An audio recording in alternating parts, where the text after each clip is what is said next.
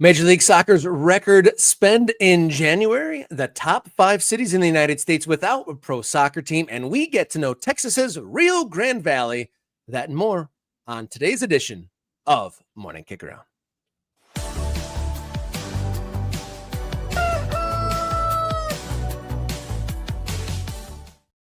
Hello and welcome to the show. You found your way to Morning Kickaround, the show that dots the map of the American soccer landscape. My name, Robert Kerr, and to my side, Jason Davis. How you feeling?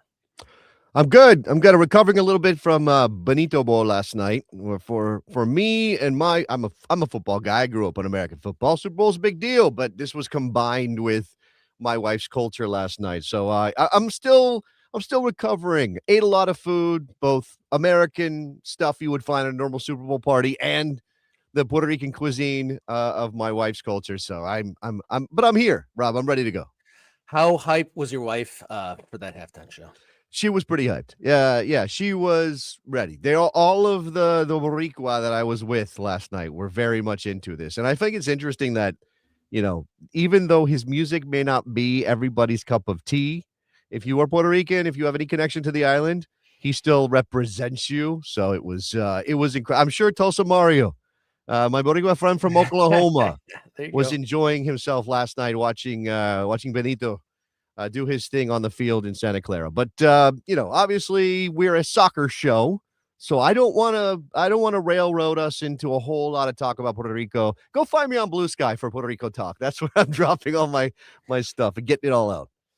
So we were originally supposed to be doing our kickathon after the Super Bowl, and I'm glad we rescheduled that. So we'll bring up our kickathon 2026. If you didn't know, we are doing our first ever marathon show next Wednesday, February 18th, 9:30 until 12:30-ish, or maybe even beyond. We're going to have special guests, some fun games, some special surprises, and more. So join us on February 18th for Kickathon 2026. Tell a friend. Bring some, I don't know how you do that exactly. It is a digital exercise. Bring somebody, share your phone with somebody if you're watching on your phone, pass the message on that we're building an American soccer community here. We're trying to be a big tent. We're also trying to talk about things that people aren't talking about, right? I had a very interesting conversation with somebody on Friday, another content creator. And, we didn't start Morning Kickaround aiming to necessarily be the show we are, which I think is fascinating to me. Like, we were kind of going to be an all soccer show. We talked about Liverpool quite a bit in the early days of Morning Kickaround. I'm glad those days are over.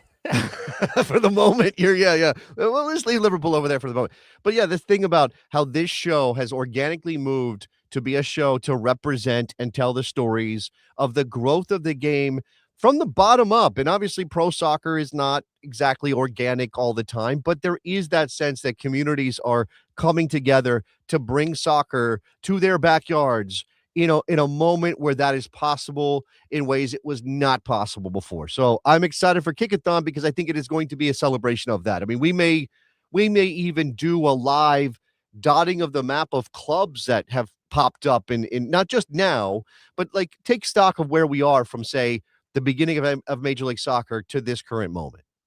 Yeah, lots of happen and continues to happen. It gives us plenty of news to cover here on Morning Kicker. And a good point that the topics kind of met in between our knowledge bases, and it really has spurred on, the theme of the show, dotting the map, is continues every single day. Every time we check the Morning Kicker on Discord server and the news and talk to any of our friends within the game, there's a plan for a new team, league, or supporters groups somewhere going on at any given time. The Discord server, there's its own channel for ultras that are, either just made their own team, are planning to make their own team, or have concepts of a plan to start a team. And you know how to access the Morning Kicker on Discord server?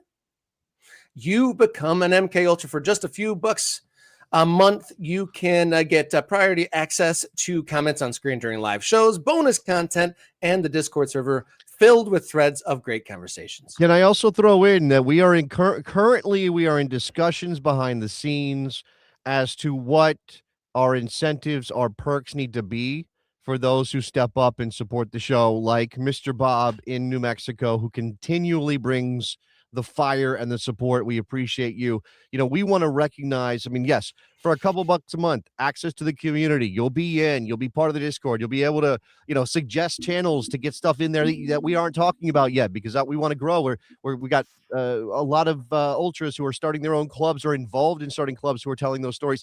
That's all great. But if you go above and beyond and you drop a bigger chunk of cash on you, we want to make sure that we are giving you something worthy of that. So we're working on that, Rob. We'll figure those things out. We'll get those ready for the big show on next Wednesday. Not this Wednesday, next Wednesday. Yeah, February 18th, Kickathon 2026. Can't wait to see everyone there and have, an extended run and play some games and have a little bit of a different approach to the show. On today's episode, we have a great guest from the very southern part of Texas, Rio Grande Valley. So get to know our district, Rio Grande Valley, coming up at the top of the hour. And maybe we can come back around to the tiers and maybe some behind the scenes stuff at the end of the program. But there's some newsy stuff, too, to get at the front end. But until then, like we said, become a member if you'd like to support the show. Support us on social media. We're on all the platforms at Kickaround. So show some support and just even a like or a follow across the platforms at Kickaround, or write us on the email, morningkickaround@gmail.com. If you've got a question or a white paper of sorts, a tip, something that you've learned, there's always, like I said, there's always something going on across this continent in American soccer. So if you have something like that, or if you have a business inquiry, morningkickaround@gmail.com. You ready to get to the show, Jason? Let's go. All right, let's kick those long balls on Monday's edition of Morning Kickaround.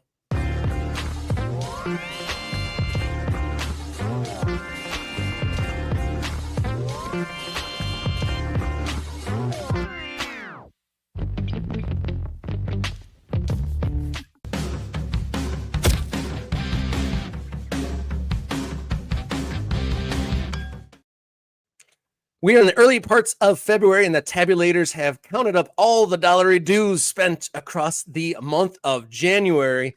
And according to sources at The Independent and reporting from The Independent, Major League Soccer, the fourth most spending league in the world in the month of January, smashing their own record set just last year. Yeah, this graphic that we grabbed to illustrate this was put together by Transfer Market. It's in Portuguese, as you can see, the Brazilian league. And I'm not going to, Rob attempted to say that word. I'm not going to attempt to say that word, even though, I don't know. It's got a couple of things going on there that are a little bit too hard for me. Anyway, Serie A in Brazil is how I will describe the league. They are highlighted here because this was focused on that league, but clearly you can see MLS is behind Brazil at number 4 with 144 million euros. I believe this is the currency here is euros. You convert that, it's roughly 140 something million dollars. Like, it's the euro and the dollar are not exactly one for one right now. In fact, I think maybe the US dollar has lost some value compared to the euro, but still it's in that area, right? So what does it mean, Rob? What does it mean that MLS is spending at this level, right? I think you said it sets a record. It is interesting that this is happening ahead of the calendar switch in 2027, because we imagine, I think it's right to believe, that MLS is going to be spending more heavily in the summer next year than they ever have before, ahead of the calendar switch in the proper market, right? The MLS can spend in the summer. Obviously, they have a secondary transfer window, but it makes it more difficult to go out and get players when you're in the middle of your season. Those players often don't want to come to MLS while they're still looking for jobs in Europe before the European season starts.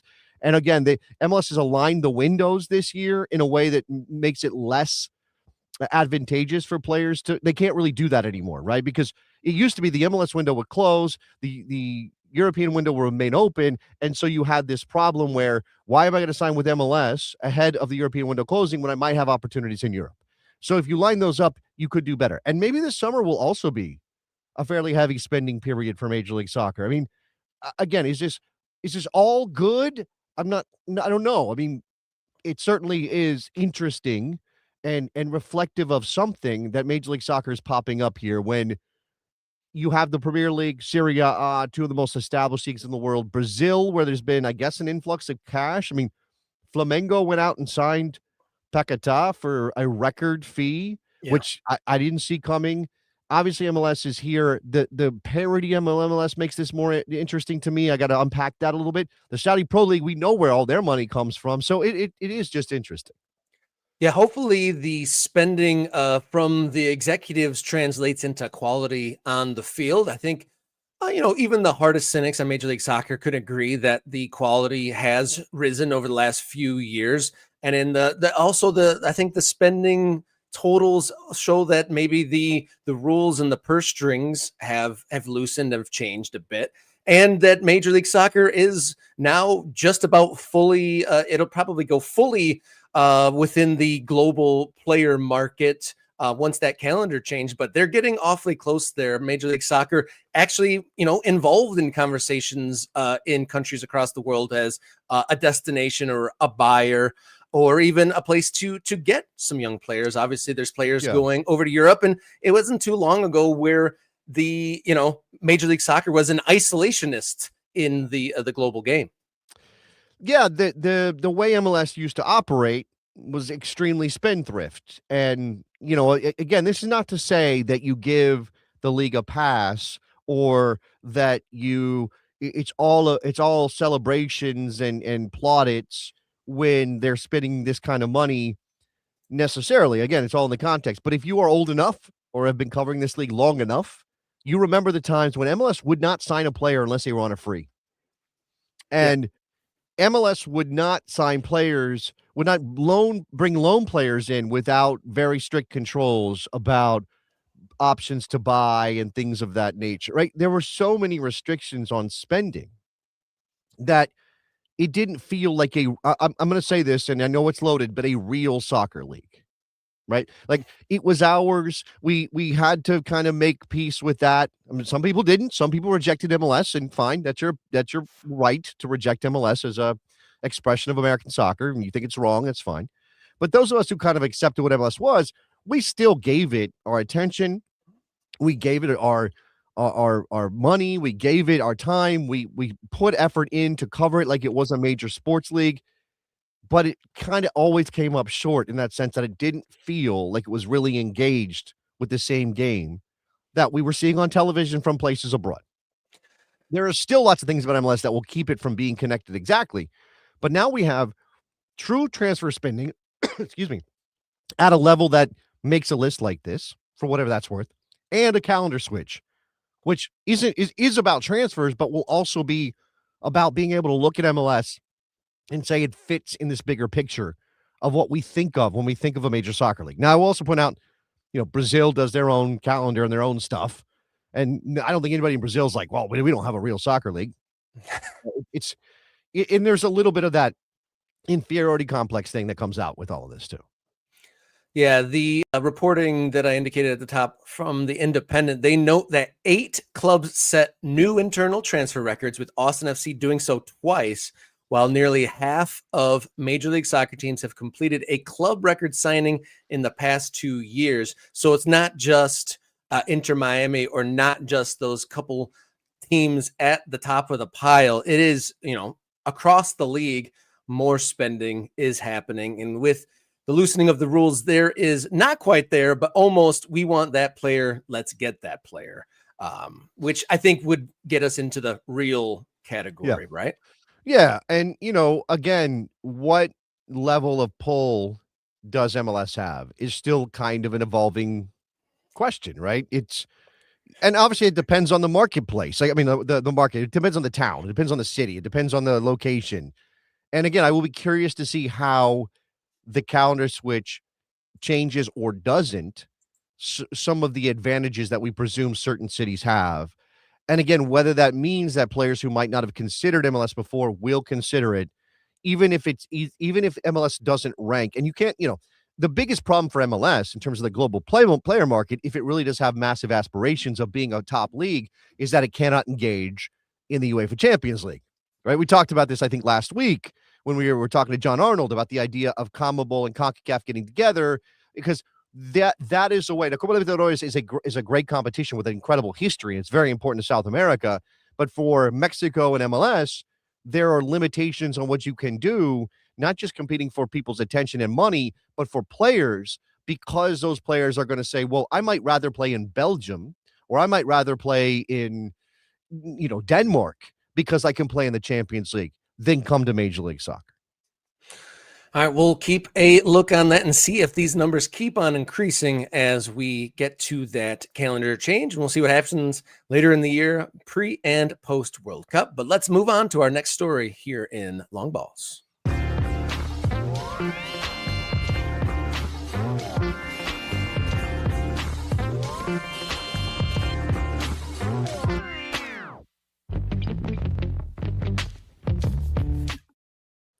The clock is ticking until the USL Championship season begins, and there is yet to be resolution on the labor situation with no CBA in place.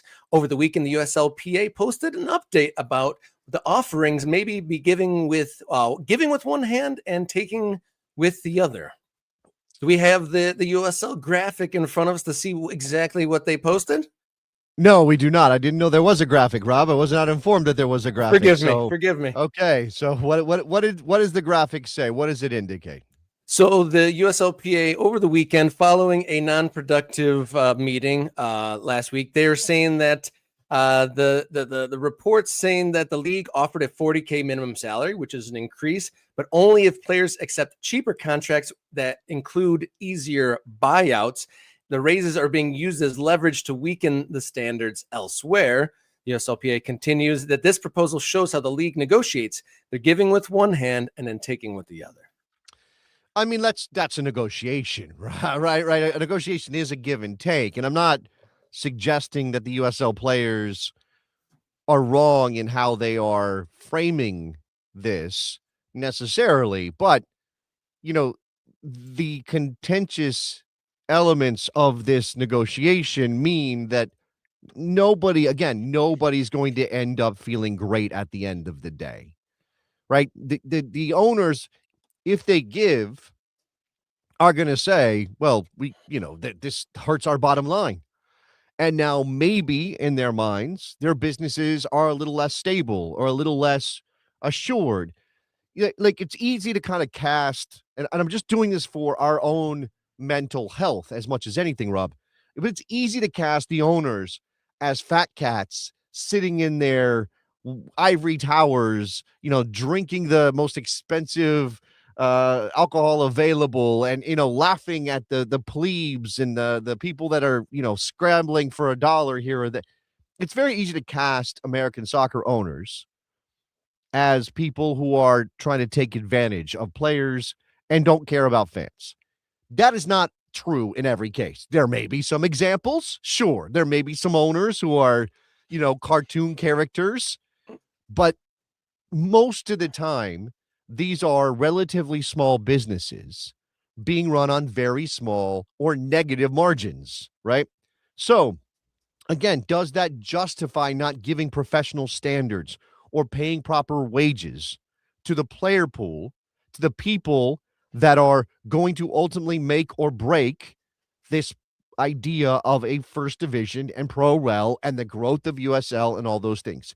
If the idea is that players are replaceable, that no matter what, no matter what you're trying to do, that the players are sort of the last thing you have to worry about, partly because there is a massive pool of players, right? Good players play, what level? But if you stop caring about the level of your league, meaning if you are, not that you're trying to be bad, but if you're not actively pursuing the best possible soccer as you build out your first division plan, your pyramid and pro rel, well, then you can kind of excuse all of this, right? Who cares what we pay? We're still going to be able to find players. We will be able to find players. There will always be a player willing to take what we offer. So, and that's a problem for the Players Association, right? Like, as a soccer fan and as somebody who wants to support USL in their efforts, I want to see them put the best possible product on the field. I think it would be a terrible look. It'd be a travesty if USL launches a first division and we are watching that league going, oh my God, this is terrible. Why are we, what is, we're calling this first division? You're making a mockery of the first division. You're just doing it in name so you can build out a pyramid, so you can institute pro rel, so you can try to use that not only to capture attention from soccer fans who want it, but to build out a business or entice people to invest at the bottom of the pyramid so you can get more expansion fees. Right? That would obviously make USL look terrible. But if they don't care about that or they think people will look past that, he puts the players in a very difficult position. From the player's side, and we talked about this too, Rob, from the player side, this is only the player side.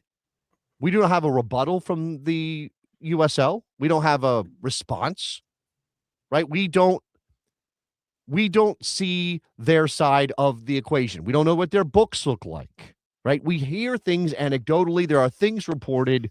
You and I have talked to USL operators who will tell you, it costs us this much money to turn a field over from minor league baseball to soccer. It costs this much money to travel. It costs this much money to pay people to do our concessions. It costs this much money. Like, we know that these are not or businesses raking in cash. So what is fair for the players to ask? So this report, by the way, comes from Backheeled. I think John Morrissey has written something. I'm currently not paying for Backheeled, so maybe there are details we don't have, Rob. But again, so Scred is saying, I'm going to be honest, this graphic doesn't really show a huge gap in proposals, just an exception to the minimum for some players. Now, the Players Association has to represent everybody. They don't want to leave anybody behind. But there's kind of always been this thing about, well, we'll give this group of players better contracts, better incentives, better benefits, and then you're going to have a group of players that are maybe on a minimum that is really not good. MLS for years had players on $15,000 a year contracts. Yeah. And you're saying that our previous topic was Major League Soccer. Are they becoming attractive in the global player market? And it's like they're 30 years in. What will it take USL to be an attractive league for players to join? And in this whole debate and the things that are being negotiated, will this negotiation process that's being drawn out, obviously, will that make more players want to join the league? We shall see, but under a month, March 7th, opening day for USL Championship. So it's going to be interesting what happens as we get closer and closer and the pressure ramps up on these negotiation sessions. All right, one more news article before our guest at the top of the hour. Let's go on Morning Kickaround.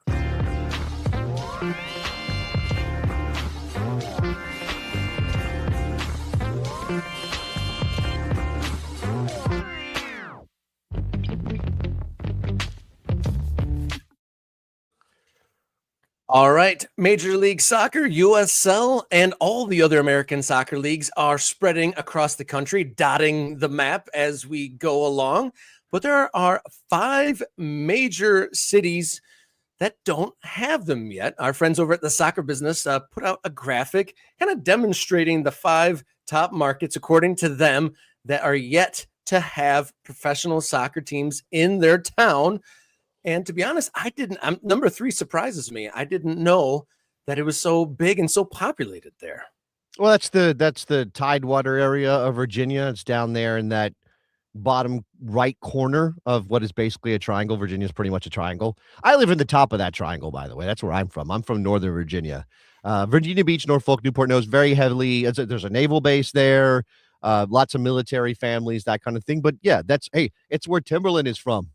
Right? It's where Missy Elliott is from. All of that Virginia, it's where the Neptunes are from. That is Virginia. But you didn't know that, Rob? That's like, okay. Anyway, just important to mention. I knew they were all familiar with each other from back home. I did not know it was that area. Allen Iverson is from there. Ronald Curry is not as important as Allen Iverson, but still, these people are. This is like it's a very rich culture and place in Virginia, and they do have a pro soccer history though. The Virginia Beach Mariners were a pro soccer team back in the day. That's the thing about most of these places on the list. Now they rank them not by population. Our Soccer Business friends are ranking them by like the desirability of them as marketplaces, I guess, for clubs. That's kind of their approach. So Yeah. West Palm Beach, Boca Raton, Delray Beach, affluent, soccer-friendly market, meaning they got cash and soccer's kind of popular there. So why wouldn't you want to put a team there? Then Baltimore, which the fact that Baltimore, Maryland does not have a pro soccer team is ridiculous to me. It is insane to me that there's no pro soccer team. And a couple things have happened in the history of that town. There was at one point, if you don't know about this, it'll blow your mind. Crystal Palace, Baltimore. Please go look up the history of Crystal Palace, Baltimore, which is one of the, there's lots of dead soccer clubs in American soccer history. Crystal Palace, Baltimore is among the more ridiculous dead soccer clubs in American soccer history. But I know DC United has long planned, or they've talked about their idea for their MLS Next Pro team to play in Baltimore. And they had previously been invested and had Loudoun United. They then sold the majority ownership of Loudoun United to a local business person. I believe that person involved in minor league baseball or something. Loudoun United is still a going thing. You remember the story last year or whatever? I think it was last year, right? Pablo Maurer actually came on this show. I interviewed him about it, about the lack of professional standards at Loudoun United, despite the season they were having, all those things. I think things have improved, but Loudoun United is an ex-urban team, whatever. DC was like, okay, we're going to go do our own thing. In Baltimore, have yet to do that. Not that an MLS Next Pro team is what Baltimore deserves. Baltimore deserves better than that. They really do. And again, it's strange to me that there hasn't been a real attempt to find a place to play. I see.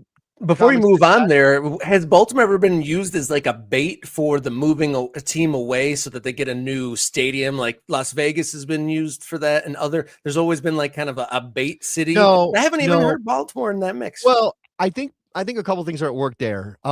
Baltimore gets afterthought status a lot of times in the Eastern Corridor, right? You got DC, you got Philadelphia, you got New York, you got Boston. All of those cities are mentioned before you kind of get to Baltimore. Baltimore's not the biggest. I mean, look, it says that the population is 2.8. It's a big town, but it's not the biggest among those. So it's in the shadow of DC. It's got a baseball team. It's got a football team. They are extremely passionate about those teams, but there is, I imagine, a question of how you extend that out and make sure a soccer team works. Maryland is a great soccer state, though, right? The University of Maryland soccer team is always good. That's more in the DC shadow than the Baltimore shadow in terms of where it's located, but still. And I play French Horn is giving us some history. Maryland Bays, NASL, you play at various levels. Baltimore Comets, NASL. You also do have a Baltimore Blast indoor team. I mean, indoor soccer is a weird thing, and people don't always engage with it. But they've been a thing for a very long time. So I don't know why Baltimore gets left out of this. Virginia Beach, New Orleans. New Orleans is interesting to me too. I don't know enough about New Orleans. I've actually never been to New Orleans, so I don't know enough about New Orleans to know if there's real support for a professional team. I know they had the New Orleans Jesters, and we actually did report on a USL effort that kind of bubbled up and then disappeared into nothing. So I don't know where we are with that. And then Memphis, and obviously Memphis has a recent sad history of a soccer club that came and went with Memphis 901. And their problem, like so many other teams, is that they needed a better stadium situation. They could not find it. And so the owner said, we can't do this anymore, sold the franchise rights to Santa Barbara, which is somewhere in the process of maybe playing soccer too. So, I don't know, man. Yeah, that might be a tarnished franchise envelope there. As it dissolved pretty quickly there in Memphis, took a lot of folks by surprise. Definitely looped in with the lack of a soccer-specific stadium. Went out to California. We haven't seen anything yet. Chris popping in. Jesters for a long time were one of the largest summer amateur teams in terms of attendance. And interesting there, Chris, a USL 2 expert there chiming in, part of the MK Ultras. Interesting that the top of the list here, West Palm Beach, Boca Raton, Delray Beach. I've been there, a beautiful place. I've heard it teased a lot, but there's a saturation of the market. You'd think that might reduce some of the attractiveness with so many teams in the area. Well, we've heard, shout out to Chris. I think it was Chris. maybe I got this wrong, but I know in the Discord somebody put up that map of the various coasts because we were talking about the coasts of Florida, because every coast seems to have a new soccer club popping up as a possibility. Somebody's investing in something. They have a stadium plan, or they have an owner who wants to make something happen. West Palm Beach, I don't know which coast it's on, and somebody can help me with that. Yeah, north of Fort Lauderdale, but I think far, and obviously Inter Miami is moving to actual Miami. Miami FC is moving down to Homestead, which is south of Miami. So you do kind of have an opening north of the city, right? North of Miami, up the coast. And I will tell you, like, this is just scuttle. This is nothing. I'm not reporting. This is not hard reporting. I don't have details. But I recall being at a United Soccer Coaches Convention 5-8 years ago. Pinning it down is tough. And I ran into a friend of mine in the business, somebody who works in the business side of soccer, not in the media side. Talked to this friend, and he had been working for another professional sports enterprise, not soccer, but he had told me Josie Altidore is going to invest and launch a team in West Palm Beach. Josie Altidore was going to be involved in the ownership of a club in West Palm Beach. Now, that didn't happen, and Josie's moved on to other business interests. He's got a bunch of things going on. If you see Josie Altidore out there, he's out there. So I don't know. I mean, again, there is something right now that's supposed to be happening with some polo player, like internationally renowned polo player. And I mean, the kind with the horses and the mallets, but that hasn't happened yet. So we are just watching we're watching these plans kind of stall in a bunch of places. And as I said, we are taking an abundance approach to American soccer, and I'm okay with just kind of throwing things out there to see what sticks. But as we've seen in some other places, including a USL League One effort that has kind of gone haywire because an owner went missing. We don't know if we get into the details of that. USL doesn't look good when this stuff happens. No, it doesn't. And we'll see if any of these cities on this list do eventually get a pro soccer team. Definitely efforts at the grassroots levels, I'm sure, at all these cities, but pro soccer TBD. Thank you, viewers, for your comments during the show so far. And if you'd like your comments on screen, become a member. Just a few dollars a month gets you the status of channel member. Become an MK Ultra. And you can get in there, and then you also get access to the Morning Kickaround Discord server, amongst many other perks. I see our guest is waiting in the wings, so let's move right along with Get to Know Your District here on Morning Kickaround.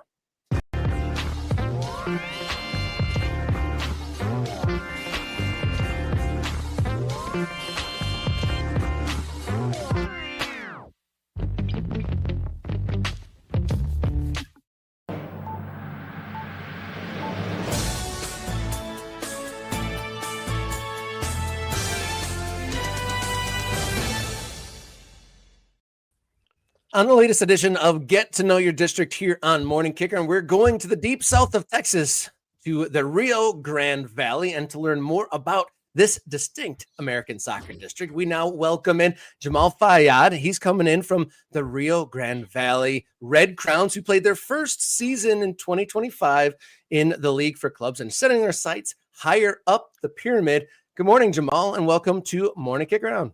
Hey, good morning, fellas. Thanks for having me.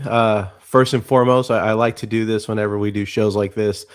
Just thank you both for what you do. I think one thing we're missing at this level of soccer especially is storytellers and people to keep folks updated on everything that's happening. So I just can't appreciate enough the things that you guys are doing and the consistency that you do it and the top work that you guys do. So thanks for having me, and thanks for all you do.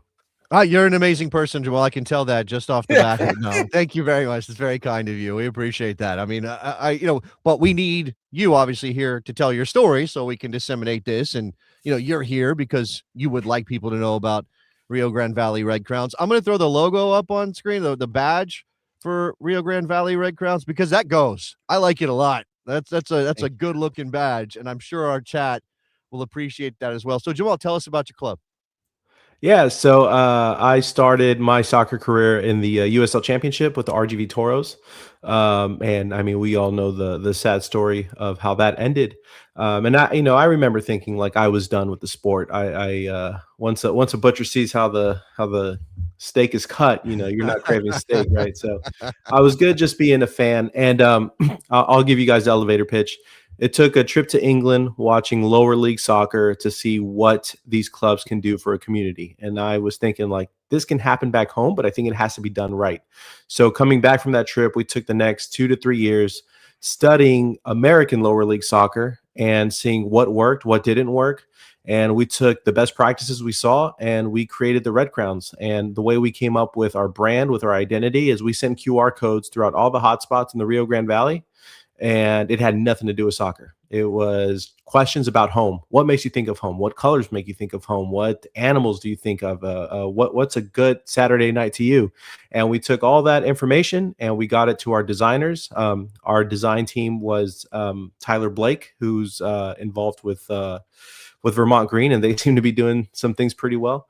And we had a local designer who also works for the Houston Rockets, just because he had a feel of the local scene and how the locals, what they like, what they don't like. And that's how we came up with the badge and the crest and the brand. And the one request I try to stay out of everything, but I said, put 956, our area code, in the badge. And if you look at our badge, 9 shapes make the parrot. 5 pointed crown and 6 segmented feathers. So we wear 956 on our hearts every time we take the pitch. Wow. Thank you for that. That was a very eloquent pitch in there. So the red crowns, I'm assuming that's a bird that's native to the area?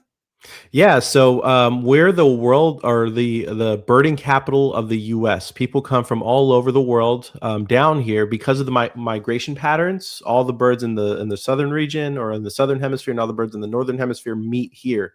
There's a parrot though that is from northern Mexico. And naturally, the only place you can find them is northern Mexico and southern Texas, the Rio Grande Valley. Zoologists, however, through the pet trade, realized that when these parrots were taken from their home into places like California, Florida, all across the world, as long as these birds were with their flock, they would adapt and thrive. And I like to compare that to our folks. We go through devastating hurricanes with where we're placed. We had a devastating freeze 2 years ago. But it's like, at the end of the day, politics, your favorite football team, all that doesn't matter anymore. We all pull together and we thrive as a flock. And so it was a beautiful parallel. And the fact that you can only naturally find these birds down here in the Rio Grande Valley, it made sense. The stars literally aligned for us. That's incredible. I mean, so you have a identity, right? A well thought out, distinct, locally focused identity. Love that. I love something that ties in. That's what I always yell about when we get city name FC. It's like you have so much that you can lean into no matter where you are, and that's what you chose. So I appreciate this a lot. So what are the what's the moment for the club in terms of the play on the field and building out support and things like that, and obviously ambition here, because we want to see clubs grow, but we want to see that happen in positive and healthy ways. Yeah. So, one thing is you look at some of the most successful MLS clubs right now, and they started at the grassroots level. And that's what I tell folks, especially the guys that are, hardcore fans, that understand the alphabet soup of U.S. soccer and know what league means what. I tell them like the ambition is to go as far as we can go, as far as, USL Championship, MLS, like, the stars are out there for us to reach. But I want our fans to feel a part of that journey. And I would like the slow and steady, or the scenic route. And that's why we have this ambition to join the League for Clubs Pro-Am. That's kind of where we would like to go. I think it's financially, it's friendly, it's doable. As opposed to taking a huge risk and jumping straight to, let's just say, USL 1. With the Pro-Am, maybe we can make mistakes and recover enough to where we were able to play year 2, year 3, year 4. So, where we end up in 15, 20 years from now, I don't know what that answer is, but the ambition is to take this thing as far as possible. I think we have a hungry fan base here for soccer. We have a very talented, number of players here in the Rio Grande Valley. We're always in the running for state for soccer in high school.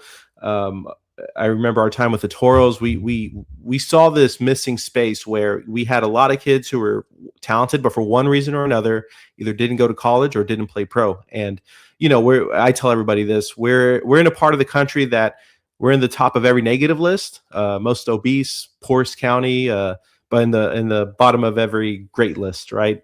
Education standards and all this other stuff. So I'd like to see the Red Crowns as a way to promote the great things we have here in the Rio Grande Valley, and a way for these kids to reach for some of these goals, whether it's college or playing pro, through the beautiful game and hopefully through our club.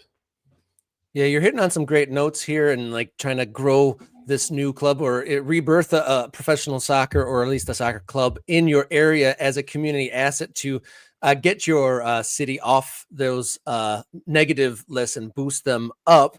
But you said on the ground and do well in high school, and there was a pro team there. So was there a big following for the Toros that just one day was left without somebody to support? Or what was that kind of the transition from the Toros leaving to now where you are? Yeah, any club dissolving, it's going to hurt, right? We had our Stampede. That was a supporters group. I think those guys took it the hardest. They were there every single game in 100-degree heat sometimes, cheering on the guys. And so it was rough. But, I think where we really excel, and I don't mean to bash anyone prior to us, but the fact that the branding, everything we've done with community input, I think people see that. And so it's been fun. I think we've gravitated some of the old Toro fan base over to the Red Crowns. There was definitely a missing piece. I think once the Toros left, there was people needed something to do, especially in the summer months. Here's the trickiest part for us. So the Rio Grande Valley is made up of 38 counties. The Rio Grande Valley Toros were in McAllen, Edinburgh area, which is like our metroplex. That's about 30 minutes from where we play. We play in Harlingen, Texas. We're in the center of the Rio Grande Valley. And then about 25, 30 minutes southeast from us is Brownsville, which recently made headlines because USL was down there checking out if Brownsville's a viable option for a pro club in the future. So when we came up with this, we were scouring the Rio Grande Valley to see what made sense for us. And to me, Harlingen made the most sense. We have a major airport, we have two major hospitals, and we're centrally located so that we can get that Toros fan base that otherwise maybe wouldn't go all the way to Brownsville. And we can get that Brownsville fan base, for whatever reason or another, never really went out to Edinburgh, McAllen to see the Toros. So yes, Toros did a great job of the McAllen, Edinburgh area, but there's a whole other side of the Rio Grande Valley that I think went underserved. And so we're hoping to capture all of that.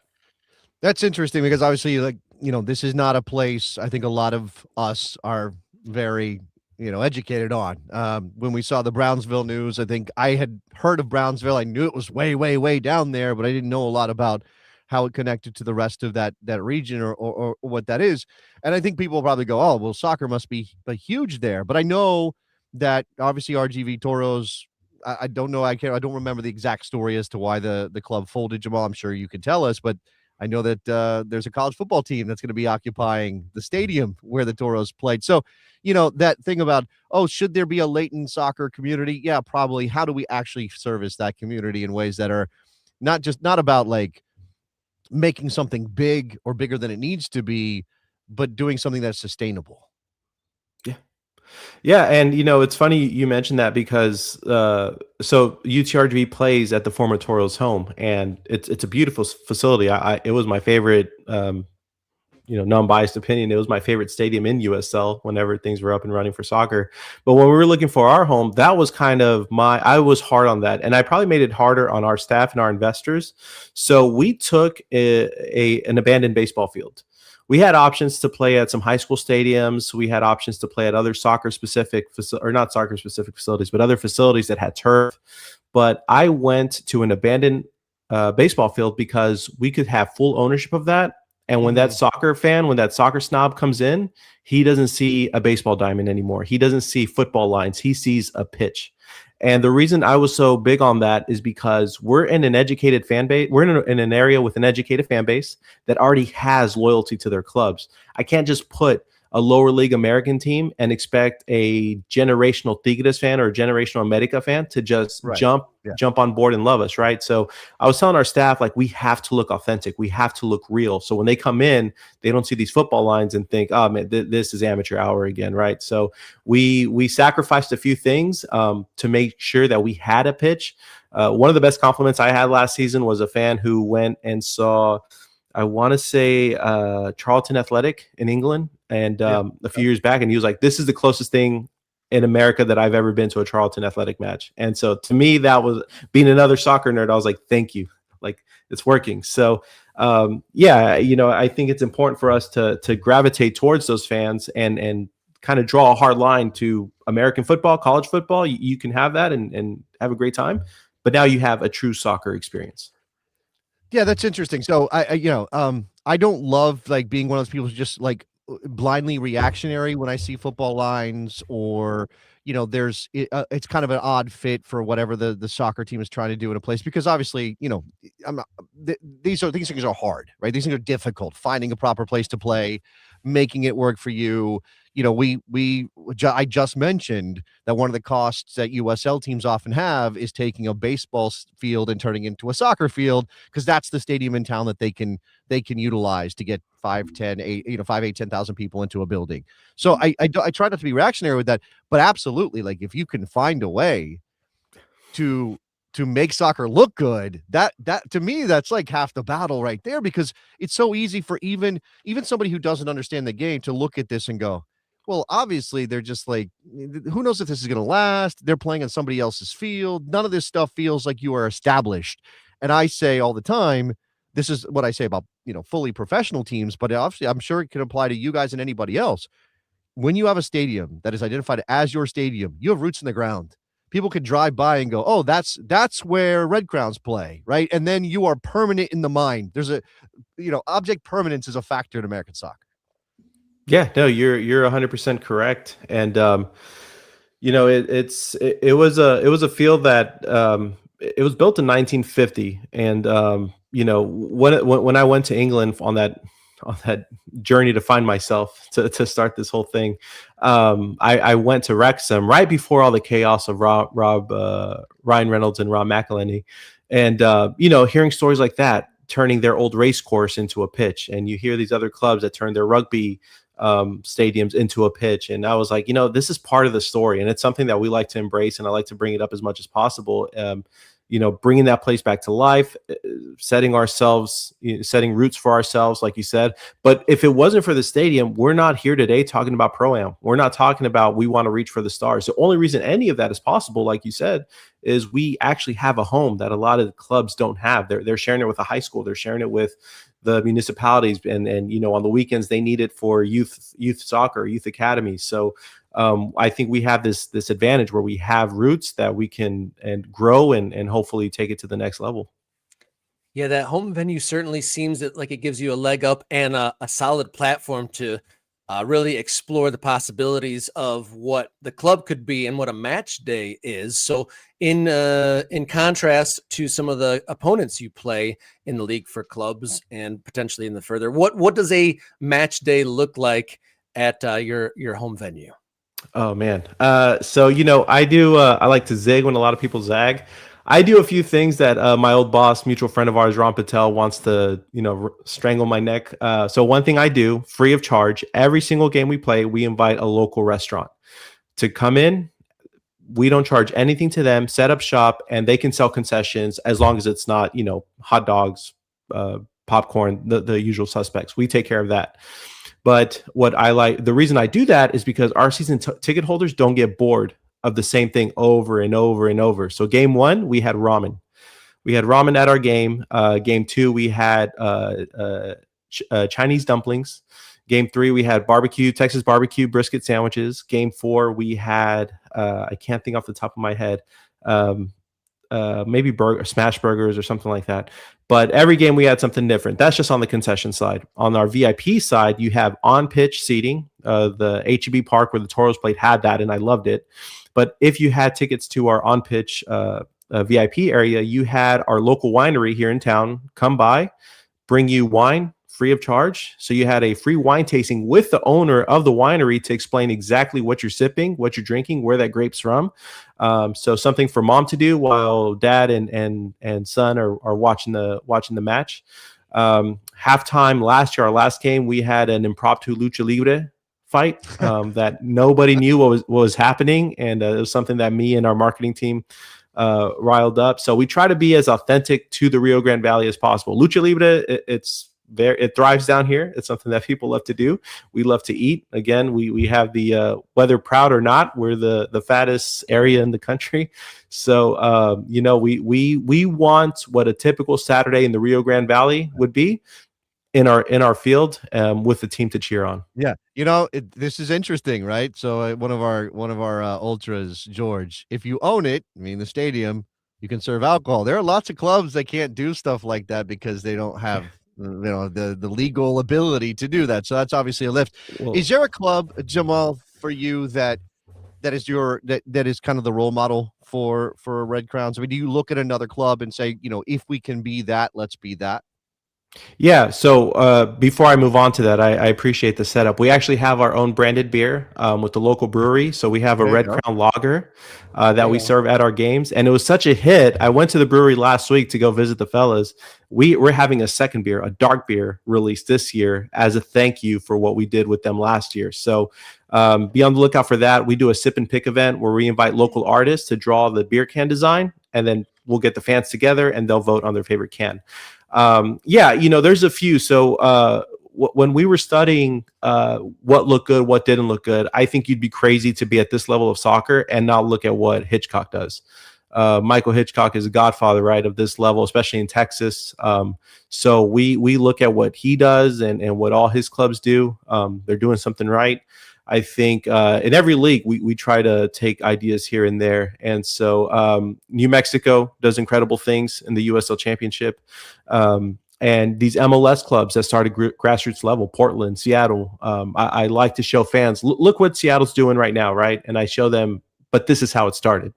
And so we only grow as far as our fan base wants to grow. And I can sit here and talk all day about Pro-Am, USL 1, where we want to go.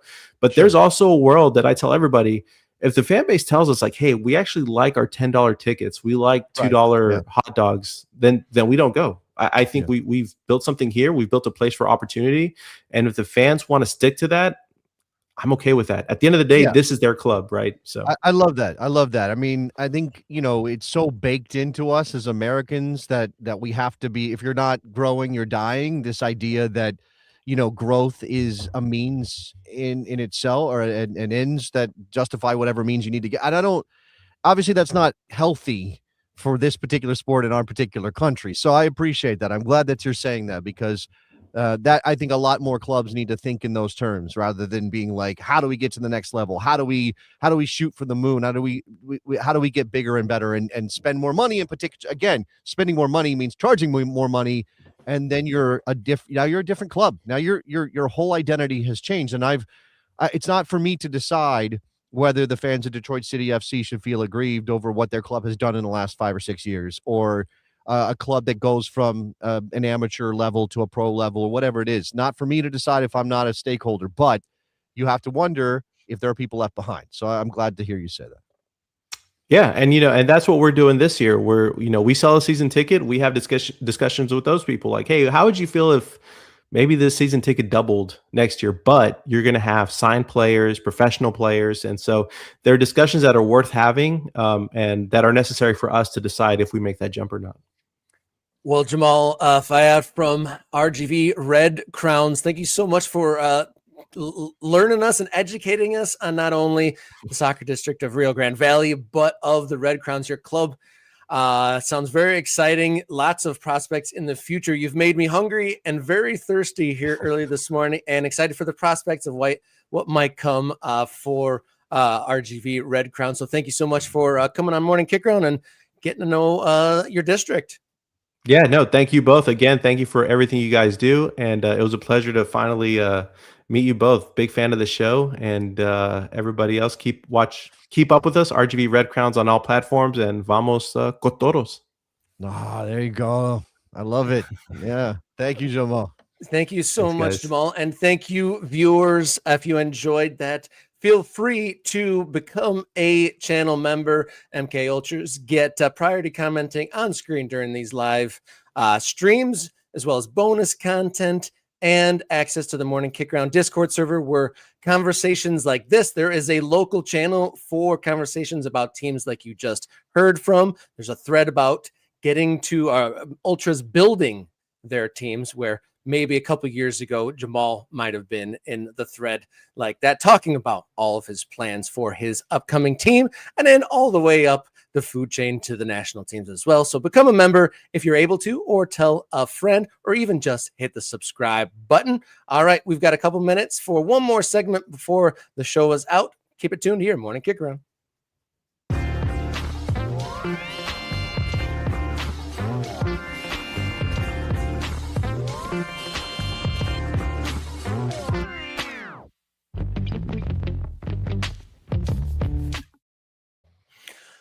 Welcome back here on Morning Kickaround, wrapping up our Monday on February 9th. Loved that guest. Thank you once again to Mr. Fayyad for joining us this morning and get to know your district. Love dotting the map, digging in and getting to know kind of the landscape of all the different places with soccer stories. We didn't know that story, and many others in the audience probably didn't know any of that.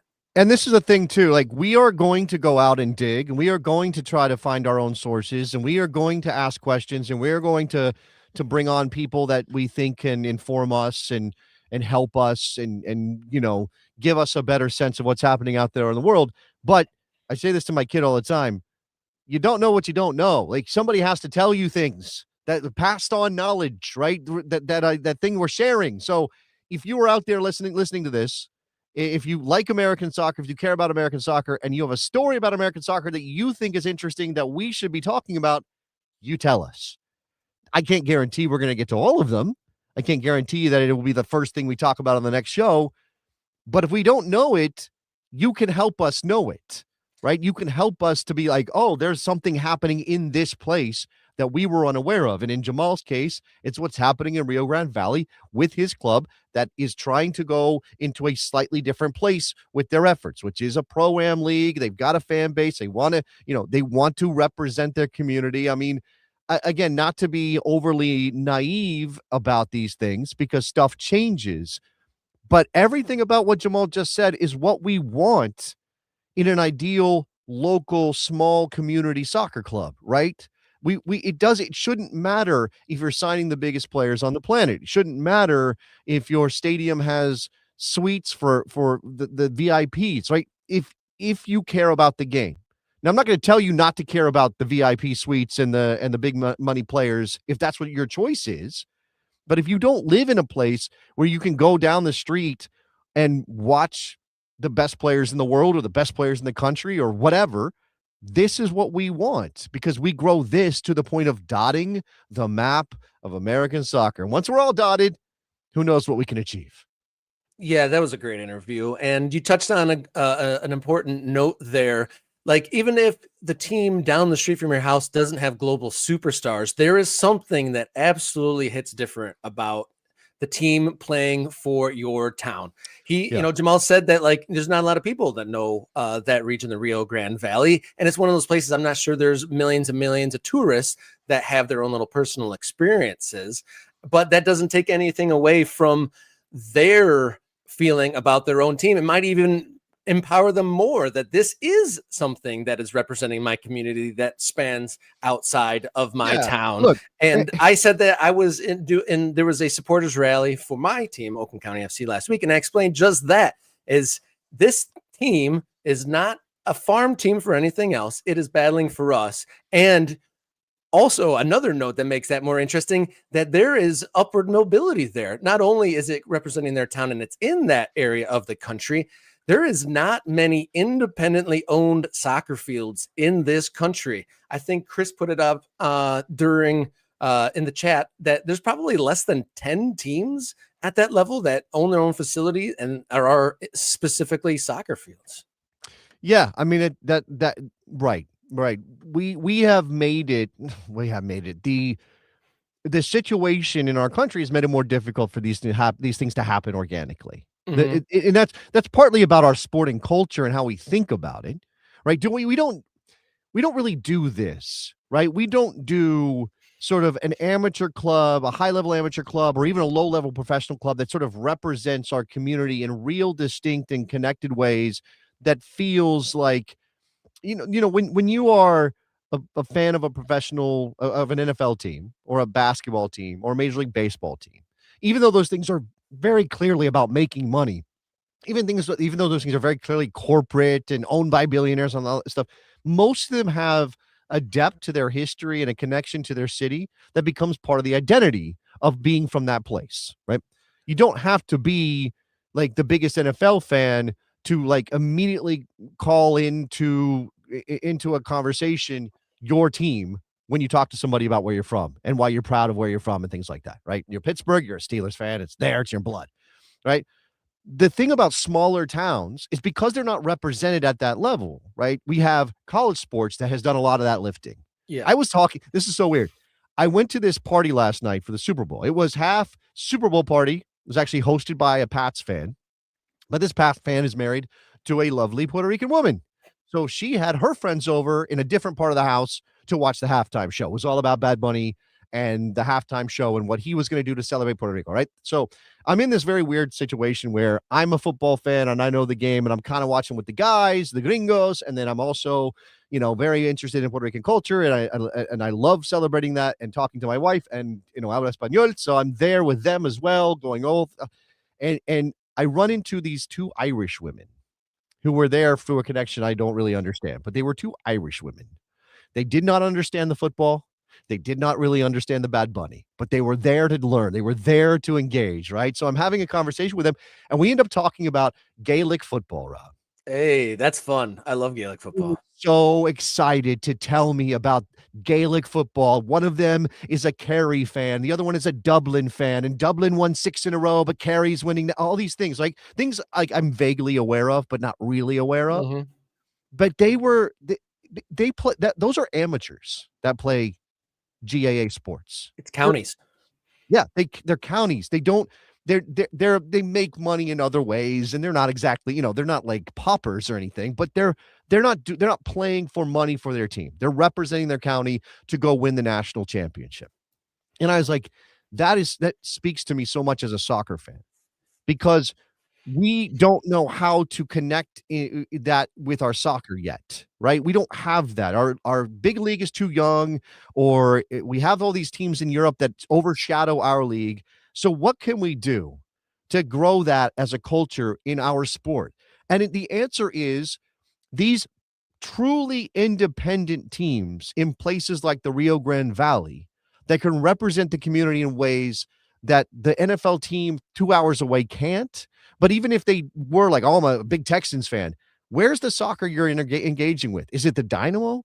Probably not. So why not have, or even if it is, why not have somebody in your backyard? And why does it matter if that's not Cristiano Ronaldo? Why does that matter if you're not, what league you're in or how far you're traveling? Why does that matter? That if you are willing to go support the college football, the college basketball, any of those, why wouldn't you want this? And again, it's true. If it's truly independent and reflective of your culture, that is a beautiful thing. Yeah, well said there. I liked everything you said there, Jason. And I'll just put my little personal note on it. I'm a lifelong Liverpool fan. My dad's family's from there, and I was indoctrinated about 5 years old with Liverpool glory days on VHS tapes. But the first local game I went to, I instantly became a supporter, like rooting for the team, playing down the street from my house. Couldn't love that anymore. And it's sent me on this journey of, becoming a soccer anthropologist. And now with Jason and everyone here with MK Ultras dotting the map of the American soccer landscape. Before we go, though, we should highlight February 18th one more time. Kickathon 2026. Clang the clanger, special guests, games, some surprises, and more in our first marathon stream of Morning Kickaround. Yeah, we're going to go hard. We're going to go long. We're going to bring up a lot of soccer topics, and we're going to dive in. And you're going to get Like that little taste of I'm clearly fired up today. Like I'm clearly on something today. Not literally. Like I just mean like the energy level is good. I'm very excited. Last night was fun. I'm celebrating my wife's culture, my son's culture, and celebrating my game as well. And the My Patriots didn't dream. win. The Patriots didn't win. That's also very important. My dream here is to really like tie my Puerto Rico thing and my soccer thing together, but I haven't figured that out yet. And obviously, there's a lot going on. But the Kickathon is going to be an opportunity to help lift the show, right? So it can be, we tell you this all the time, just spread the word, help people come find us, right? Help people find us and land here so we can continue to talk American soccer in ways that will help spread the word, grow the culture, do things like talking to Jamal Fayyad about his team in Rio Grande Valley, do things like dotting the map, talking about the stories that are out there, celebrating people who are starting clubs in their own communities, which again is a big part of our discourse right now. Discord. That's the discourse on Discord. I'm sure people have said that before. Yep. So if you can't give us any money, fine. That's great. Be a fan, be a listener, be a ultra or be a supporter and tell people about the show. And that's great. If you can help us grow through some sort of support monetarily, that's awesome too, because we want to take this thing on the road. We want to expand what we can do. We want to improve the quality of the show. We want to find somebody to help make, help cut the show up so we can spread the gospel through social media. We want to be able to pay our producer, Jenny, to do the work that she's been doing for us for a year. So all those things are important parts of the future of the show, and you can be part of that. All right. I don't think there's anything more to be said. We got great guests lined up for the remainder of the week. We're going to count down a kickoff with Boise in the middle of the week, and then maybe dig into these USL and USLPA negotiations from a legal standpoint a little bit more. But until we see you next time, everybody stay warm, be brave, and always enjoy your soccer.